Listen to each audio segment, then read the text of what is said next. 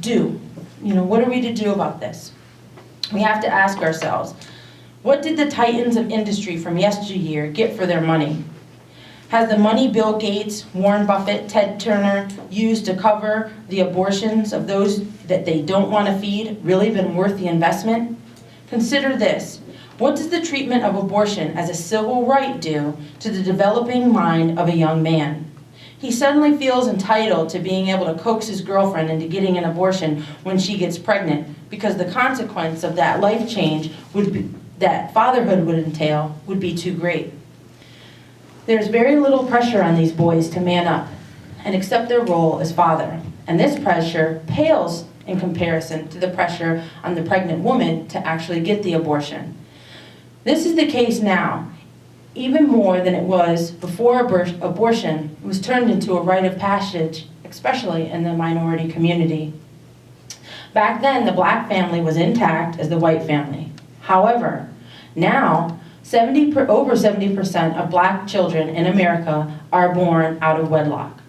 Over 70% of black children in America grow up without fathers in their home. Over 70% of all men in prison in America are black. Over 70% of those black prisoners grew up without a father. Are you seeing a pattern here? The boy today is taught early that he doesn't have to be responsible for the children he creates, especially by the fact chances are his own father wasn't even around. With teenage black unemployment over 44% right now, chances are he doesn't have a father keeping him straight. He doesn't have a job to keep his hands busy. He doesn't have a child who expects him home at night. He doesn't have a girlfriend or a wife who expects him to be there. And he's well aware of how to talk a girl into having an abortion if he slips one past the goalie. His hands are idle, and idle hands do the devil's work. And the prisons are filled with boys just like this one. It's very easy to live up to the expectations when the expectations are so low. And this is how too many blacks in America suffer from the soft bigotry of low expectations. And what does this teach him about life? When society teaches him that it's all right to take the life of an unborn child, what kind of lesson is that? This is the same society that's run by a government that gives his mother and many of mothers that he knows benefits. He's not so dumb as to conclude that the child was guilty and deserved to die.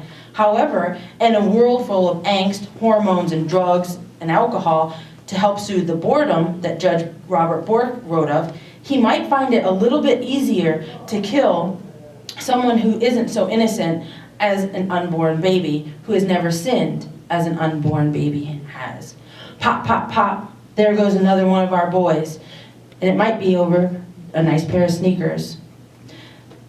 That's where this ideology of being pro-death leads us. A society filled with bored and unemployed boys with idle hands and a reprogrammed sense of morality.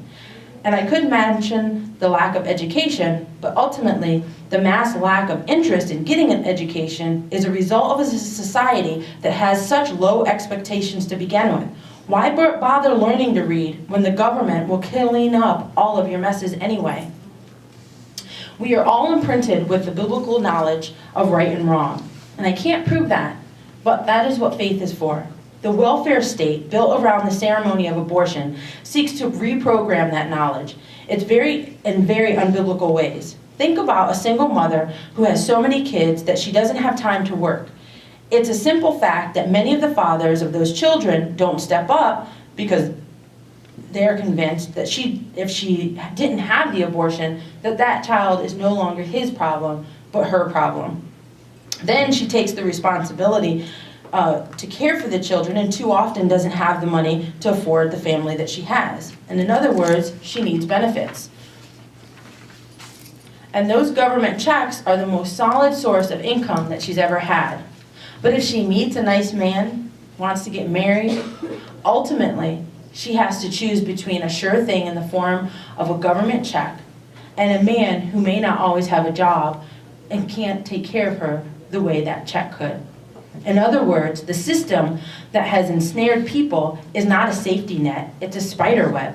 It might keep her from falling, but it also works to keep her from getting up. It's a system that takes away her benefits if she does something right, like getting married. It's a system that pays her more if she has another child out of wedlock. The system rewards wrong behavior and punishes right behavior. And those definitions of right and wrong are right there in our Bible. And that's why this welfare state is so unbiblical. It rots from the top to the bottom, and abortion is the holy communion of ceremonial rites inside this rotten system. Sacrifice your baby on the altar of Planned Parenthood, and we'll give you everything you need to do it. And I don't care what color you are, how wealthy you are, how religious you are. This affects us all. Society will cave in upon itself without the foundation of marriage and family holding it up. The abortion numbers for the black community are extremely high, but the numbers for whites are high too, and Hispanics are getting right up there as well. The Hispanic family, as it becomes more and more Americanized,